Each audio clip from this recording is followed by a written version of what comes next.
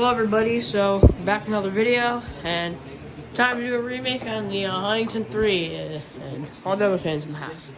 But, yeah, I don't know what finish this is in. This is in one of the rarest finishes. I thought it was copper patina, but no, it's more like a copper, like, speckled finish.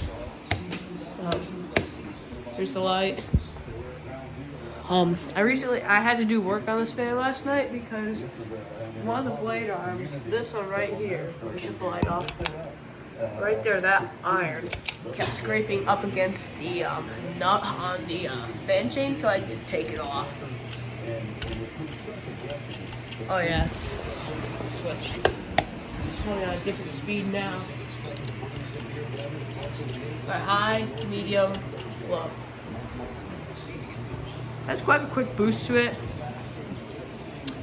And I'm also going to be making videos with fans down at the pool house. That's if they're still there. I don't know if I took them down or nothing.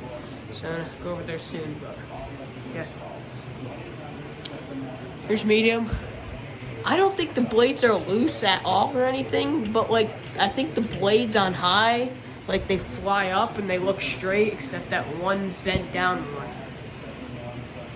Because I know, like, Hampton Bay didn't really make the Huntingtons too good, and, like, their iron sag, and, like, a lot of them on, like, the higher speeds, I see, like, the blades fly up, and then blades fly up on this one, too. So,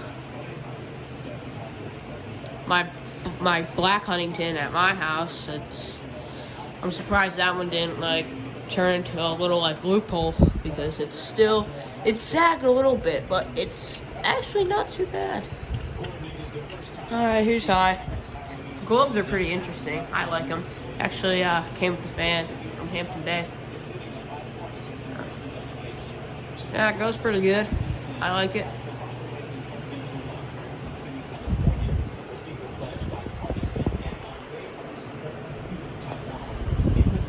There's the logo. Hampton Bay logo. Just the light. And go to off. I'll just turn it back out low, but anyways, thank you guys for watching. See you guys later, and goodbye.